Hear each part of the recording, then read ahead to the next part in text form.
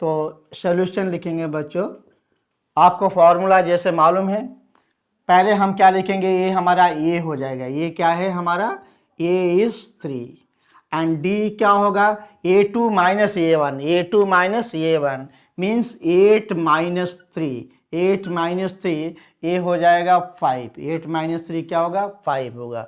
और हमें formula N दिया हुआ है, एन कितना दिया हुआ है 78, ये n equal to 78। Okay, so formula क्या होता है, a n equal to a plus n minus 1 d. Okay, n कितना है, लास्ट टर्म जो हमारा है ए है 78, ए given 3 plus A N minus 1, N जो एन एस टर्म है कितना टर्म है वो हमें फाइंड आउट करना है, हमें मालूम नहीं है, तो इसको एज इट इज लिख देंगे जैसा है वैसे।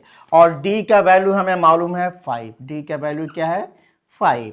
तो यहाँ से ये 78 हो जाएगा, ए प्लस 3, और यहाँ से देखो, यहाँ से इंटू करेंगे तो 5 इंटू एन क्या होगा 5n हो जाएगा, और प्लस माइनस माइनस 5 इंटू 1 5 हो जाएगा 5। ओके, तो n को इसी साइड रखेंगे, बाकी जो भी कांस्टेंट टर्म है उसको हम एक साइड भेज देंगे।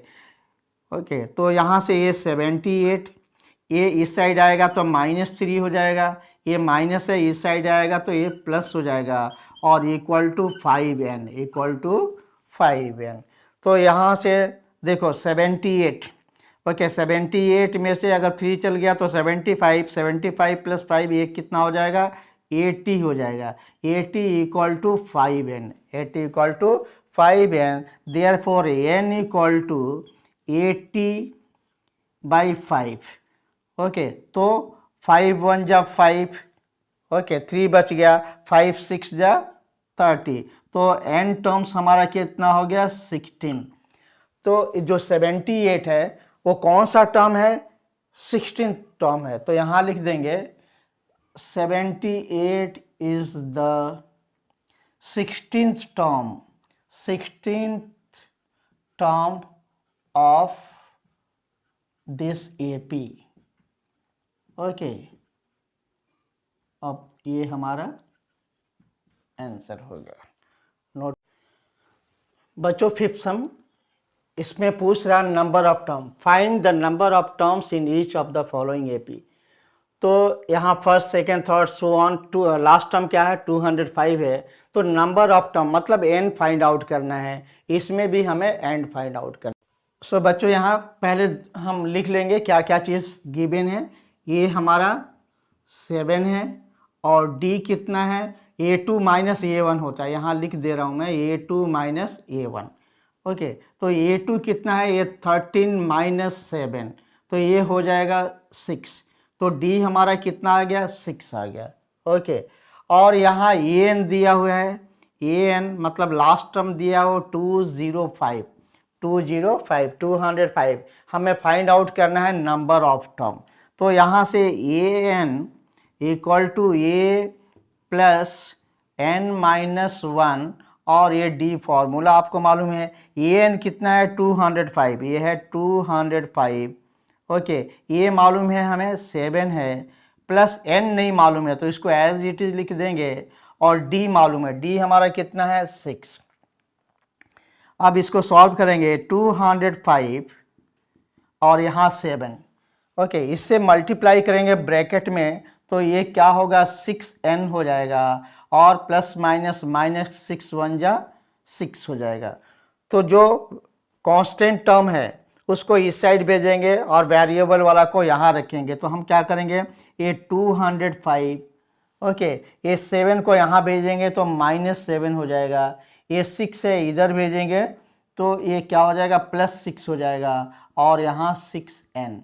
ओके, ये 7 में से 6 जाएगा तो -1 205 से अगर निकालेंगे तो ये हो जाएगा 204 equal to 6n, and therefore n equal to 204/6।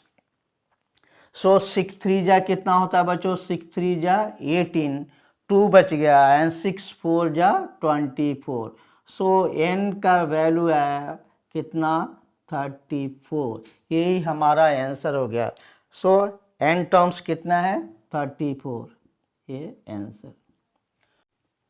बच्चों अभी हम सेकेंड सम करेंगे। यहाँ देखो मिक्स फ्रैक्शन में दिया हुआ है, तो पहले इसको हम सिंपल फ्रैक्शन में लेके आएंगे। तो सम लिख लेंगे 18, 15 2 जा 30 और 1 31/2 13 डैश डैश -47। ये टर्म है 18 है, 31/2 है, 13 है, डैश डैश 47, लास्ट टर्म हमारा 47 है। तो क्या क्या चीज़ दिया हुआ है वो पहले हम लिखेंगे। तो ये हमारा कितना है 18 है, ये इज़ 18। डी निकालने के लिए हमें मालूम है A2 - A1 होता है, A2 - A1। तो A2 कितना है देखो, ये 31/2 और -18, माइनस कितना है 18। तो यहाँ से एलसीएम लेंगे तो 2 हो जाएगा और यहाँ से 31 हो जाएगा, और यहाँ से 2 से मल्टीप्लाई करेंगे तो ये हो जाएगा 36।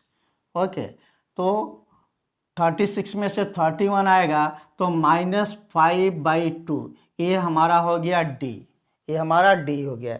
ए एन दिया हुआ है, ए एन दिया हुआ है कितना -47, और एन हमें फाइंड आउट करना है। ये क्या, एन नंबर ऑफ टर्म्स निकालना है। तो सिंपल बच्चों हम फॉर्मूला लगा देंगे। वही फॉर्मूला क्या होता है, a n equal to a plus n-1 और ये डी होता है।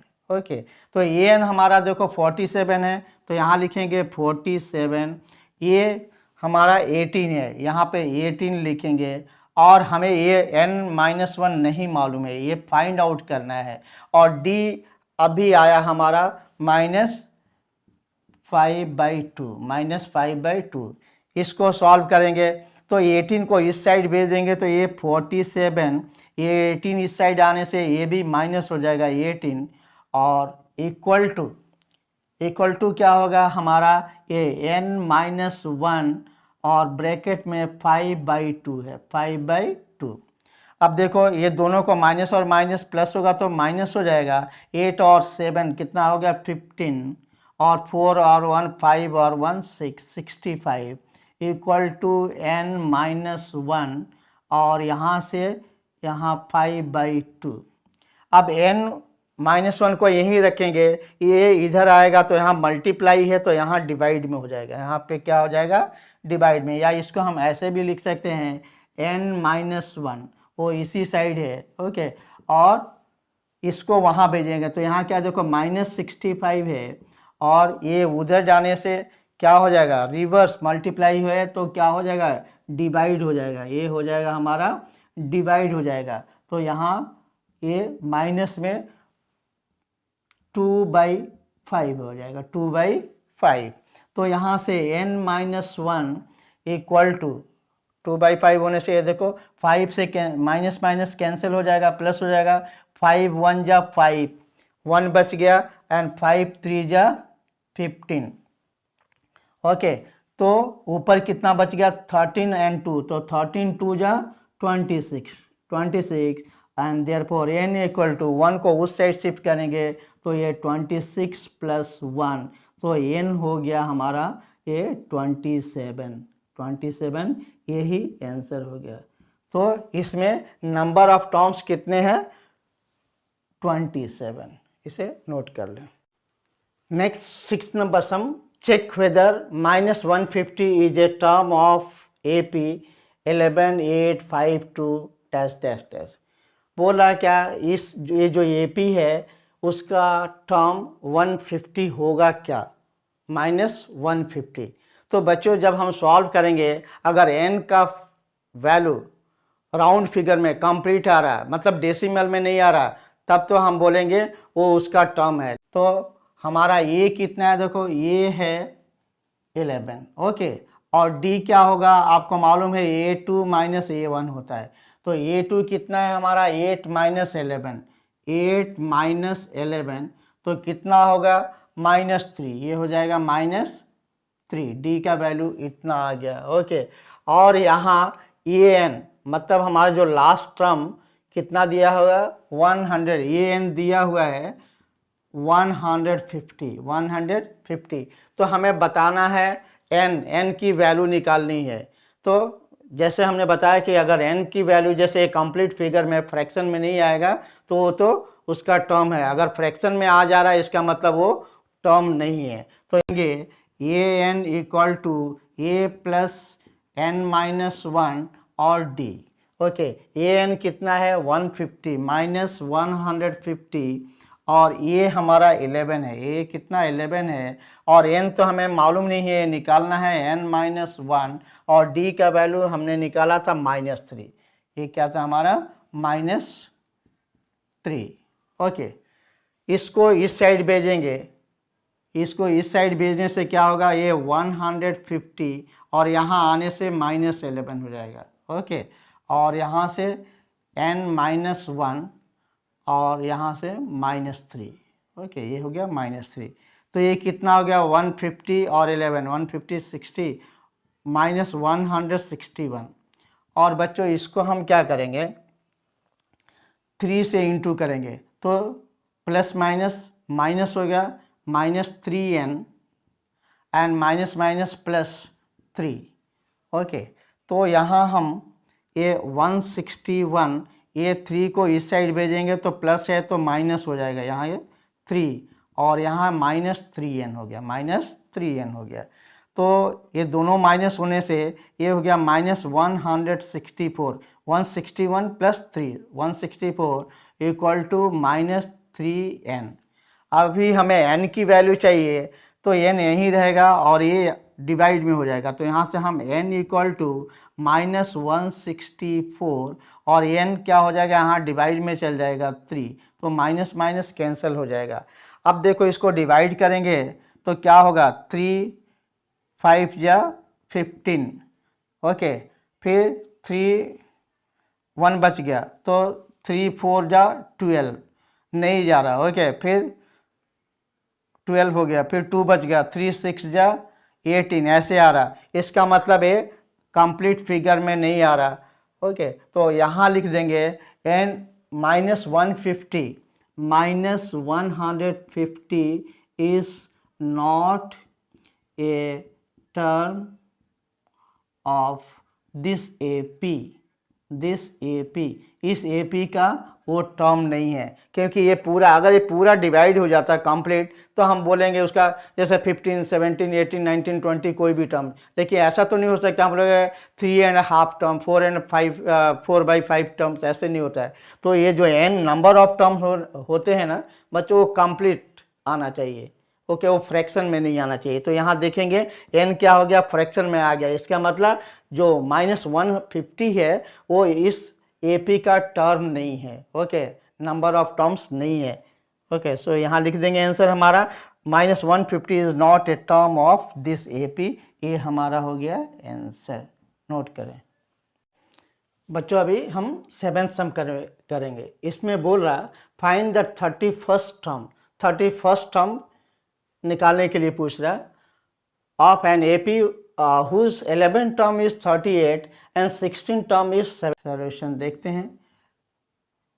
हमारा 11th टर्म हम लिख सकते हैं ये 11 इक्वल टू कितना दिया हुआ है 38, ये 11 दिया हुआ है 38।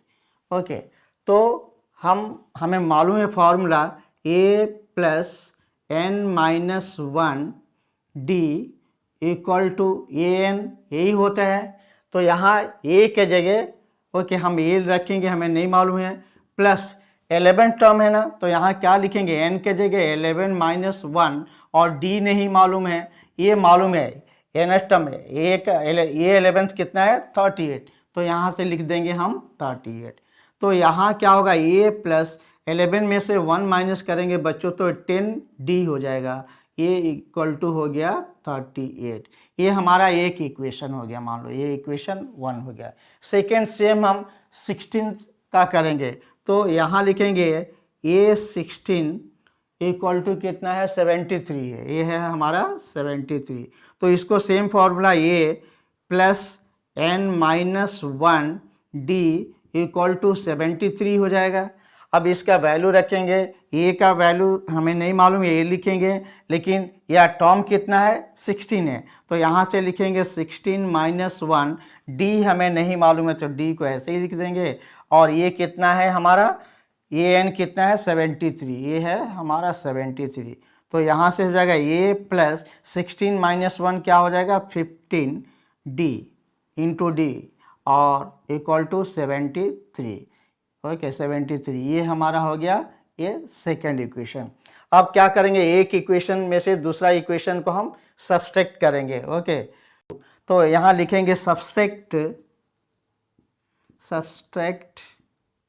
Equation 1 from equation 2। तो सब्सट्रैक्ट इक्वेशन 1 फ्रॉम इक्वेशन 2, तो इक्वेशन 2 हमारा कितना है, a प्लस 15d 73 और इक्वेशन 1 कितना है a प्लस 10d और ये है 38। ओके इसको सब्सट्रैक्ट करेंगे तो साइन चेंज हो जाएगा, आपको मालूम है, तो ये और ये कैंसिल हो जाएगा, यहाँ से 15 में से 10 जाएगा तो ये क्या हो गया 5d हो जाएगा हमारा 5d, और यहाँ से 73 में से 38 जाएगा तो कितना हो जाएगा, यहाँ देखो 13, ये 5 हो गया और यहाँ 6 में से 3 गया 3 हो गया 35। सो d इक्वल टू कितना हो गया 35/5, 35/5, तो 5 7 जा, सो d का वैल्यू हमारा आ गया 7। अब क्या करेंगे, d का वैल्यू इक्वेशन 1 में रखेंगे तो a का वैल्यू आ जाएगा, तो यहाँ रखेंगे बाय पुटिंग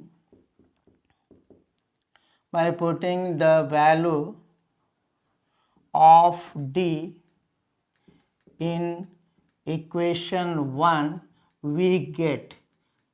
ओके इक्वेशन 1 हमारा क्या है, देखो a plus 10d, a plus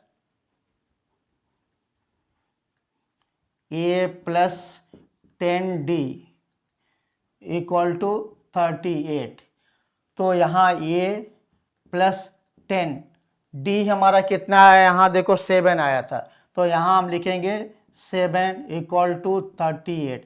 so ये इक्वल टू 38, ये 10 7 जा 70 और उस साइड जाने से क्या हो जाएगा, ये माइनस हो जाएगा -70, तो ये इक्वल टू ओके कितना हो जाएगा, ये 32 हो जाएगा, ये हो जाएगा -32, -70 में से 38 माइनस करेंगे तो कितना हो जाएगा 32। ओके तो ए का वैल्यू कितना आ गया हमारा -32, तो हमें फाइंड आउट करना है 31st टर्म। ओके तो यहाँ से लिखेंगे 31st टर्म। ओके तो a n equal to a plus n minus 1 और ये डी। ओके हमें इसका 31st टर्म निकालना है, क्या निकालना है 31st टर्म। ए का वैल्यू हमारा कितना है -32 प्लस यहाँ 31st मतलब 31 माइनस 1 और डी का वैल्यू आया था हमारा 7, डी का वैल्यू कितना आया था ये 7, तो यहाँ से हो जाएगा -32 और 30, यहाँ देखो बच्चों 31 में से 1 जाएगा तो 30 होगा और 30 इंटू 7, या लिख मैं दे रहा हूँ ये 30 इंटू 7, आप कंफ्यूज नहीं हो गए, तो ये -32 हो गया है और यहाँ कितना हो जाएगा 7 3 जा 21, कितना हो गया 7 3 जा 21, 210।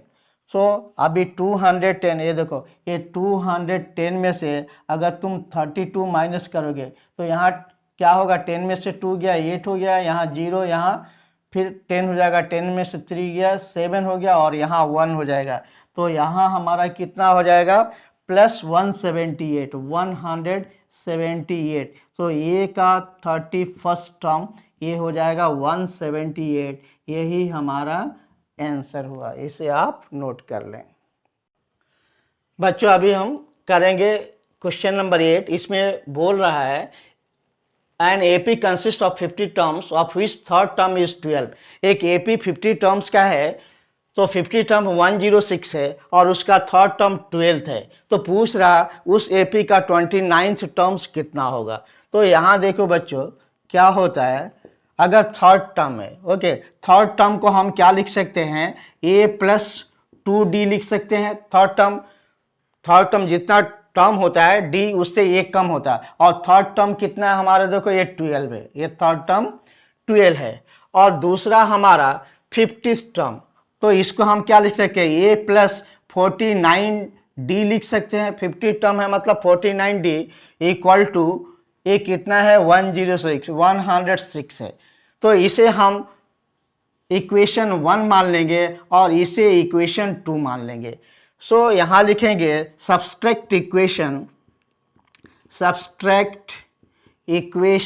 1 फ्रॉम इक्वेशन 2। ओके, ये इक्वेशन 1 को क्या करेंगे, इक्वेशन 2 में से माइनस करेंगे। तो इक्वेशन 2 क्या होगा, 1 प्लस 49d इक्वल टू 106, और इक्वेशन 1 हमारा है a plus 2d equal to 12। और सब्सट्रैक्ट करते टाइम साइन चेंज हो जाता है, ये आपको मालूम है, साइन चेंज हो जाएगा, ये प्लस है माइनस है तो ये कैंसिल हो जाएगा। यहाँ प्लस है ये माइनस है, तो 49 में से 2 जाने से कितना होगा, 47d होगा, 47d। और यहाँ से ये 106 है, 106 में से 12 माइनस करेंगे तो देखो 6 में से 2 जाएगा तो 4 हो जाएगा, और यहाँ 10 में से 1 गया तो ये कितना हो गया, 94। तो यहाँ से d इक्वल टू हमारा क्या हो गया, ये 94/47, और 47 2 जा 94, d इक्वल टू कितना हो गया हमारा, 2 आ गया, d आ गया हमारा 2। अब क्या करेंगे, a का वैल्यू निकालेंगे। तो अगर d का वैल्यू हम इक्वेशन 1 में रखते हैं तो a का वैल्यू आ जाएगा। सो यहाँ लिख देंगे by putting the value of d in equation 1। Okay, तो इक्वेशन 1 हमारा क्या है, a plus 2d equal to 12 है, a plus 2d equal to 12 है, और d के प्लेस में हम 2 रखेंगे तो यहाँ a plus 2 into 2 equal to 12, and a equal to क्या होगा, ये 12 और 2 2 जा 4, उस साइड जाने से -4 हो जाएगा। तो a इक्वल टू हमारा कितना आ गया, 8, ये आ गया हमारा 8। बच्चों a और d आ गया तो हम आराम से उसके 29 टर्म्स का वैल्यू निकाल सकते हैं। बच्चों a इक्वल टू 8 और d इक्वल टू 2 आ गया, a इक्वल टू 8 और d इक्वल टू 2 आ गया, तो हम an 29 निकालेंगे। an इसका 29 टर्म, an का 29 टर्म्स निकालेंगे। तो ये क्या होगा, a प्लस n माइनस 1 और ये d होता है, n माइनस 1 और d है। ये कितना है हमारा, देखो 8 आया, ये यहाँ पे लिखेंगे 8 प्लस n कितना है 29, तो 29 माइनस 1 और d हमारा देखो 2 है, d कितना है 2 है, तो यहाँ रखेंगे 2। तो यहाँ से 8 प्लस 29 माइनस 1 ये हो जाएगा 28 इंटू 2, तो ये 8 और यहाँ से 2 8 जा 16 और 2 2 जा 4 और 1 5 हो गया, और यहाँ 56 प्लस 8 करेंगे तो कितना हो गया, ये हमारा हो गया 64। ओके, सो ये n 29 का वैल्यू कितना आ गया हमारा 64, यही हुआ हमारा answer. See, if the third and the ninth terms of an AP are 4 and -8 respectively, which terms of this AP is 0? बोला कि एक AP है, उसका थर्ड और नाइन्थ टर्म 4 और -8 है, तो उसका कौन टर्म्स का वैल्यू 0 हो जाएगा। और यहाँ देखो थर्ड टर्म, तो हम लिख सकते हैं A3 दिया हुआ है, A3 कितना दिया हुआ है, देखो 4 दिया हुआ है, A3 4 दिया हुआ है, और A9 दिया हुआ है -8। तो A3 मालूम है, A3 को क्या लिख सकते हैं, देखो A plus 2D equal to 4 लिख सकते हैं, इतना तो आपको मालूम हो गया। और A9 को क्या लिख सकते हैं, A plus 8D equal to -8। Okay, A3 को क्या लिख सकते हैं, A प्लस 2D, क्योंकि 3 में से 1 माइनस होगा। सेम ऐसे A9 को हम A प्लस 8D लिख सकते हैं। ये हमारा इक्वेशन, मान लो ये 1 हो गया और ये 2 हो गया। So subtract equation 1 from 2, subtract equation 1 from equation 2। तो इक्वेशन 2 हमारा A plus 8D equal to minus 8 है, और इक्वेशन 1 क्या है, A plus 2D equal to 4 subtract करते टाइम साइन चेंज हो जाता है, आपको मालूम है। तो ये प्लस एंड माइनस अपोजिट है, तो कैंसिल हो जाएगा, 8 में से 2 जाएगा तो ये 6D होगा। और यहाँ से माइनस और माइनस, ये माइनस हो गया, 8 और 4 12 हो गया। तो D का वैल्यू -12/6, 6 2 जा 12, D का वैल्यू कितना हो गया, -2। अब क्या करेंगे, D का वैल्यू इक्वेशन 1 में रखेंगे तो A का वैल्यू आ जाएगा। तो यहाँ लिख देंगे by putting the value of, by putting the value of D in equation 1 we get, equation 1 में रखेंगे तो इक्वेशन 1 क्या है हमारा, A plus 2D equal to 4, okay. और D का वैल्यू -2 आया, तो यहाँ से A प्लस 2D के जगह -2 रखेंगे और यहाँ 4, ओके। तो ये प्लस माइनस माइनस होगा, 2 2 जा 4 इक्वल टू 4। सो ये इक्वल टू 4 उस साइड जाने से माइनस है तो प्लस हो जाएगा, तो ये +4 और ये उधर जाने से ये +4। सो ये का वैल्यू कितना आ गया, 8 आ गया। अब बच्चों देखो, ये भी मालूम है, डी भी मालूम है, तो ए एन का वैल्यू, यहाँ ए एन का वैल्यू कितना होना चाहिए, 0 होना चाहिए, ये निकालना है। तो हम लिखेंगे a n equal to a plus n minus 1 d, ये होता है। ए एन के जगह 0 रखेंगे और ये हमारा कितना 8 आ गया। यहाँ n हमें निकालना है, n -1, और d का वैल्यू हमें मालूम है, d कितना है, -2, यहाँ है -2, ओके।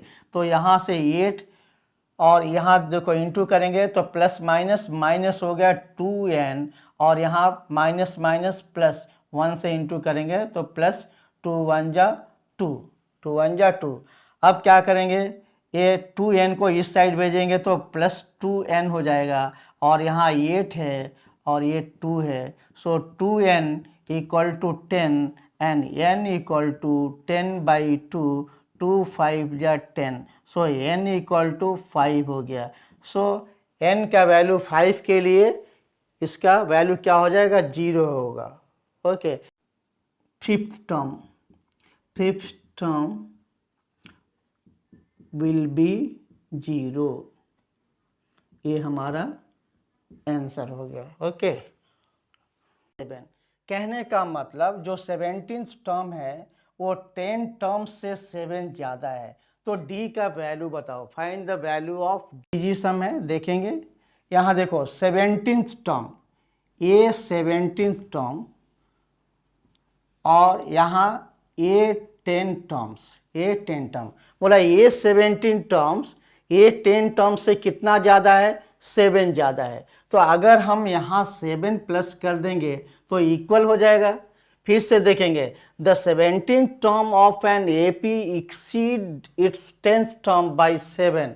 जो 17th टर्म है वो 10 टर्म से कितना ज़्यादा है, 7 ज़्यादा है। तो अगर 10th वाले टर्म को अगर हम 7 दे देंगे तो दोनों इक्वल हो जाएगा, ओके। 17 आपको मालूम है कैसे लिखेंगे, A प्लस, ओके, 17 है तो वो एक कम हो जाएगा ना, तो ये क्या होगा 16D, ये क्या हो गया 16D।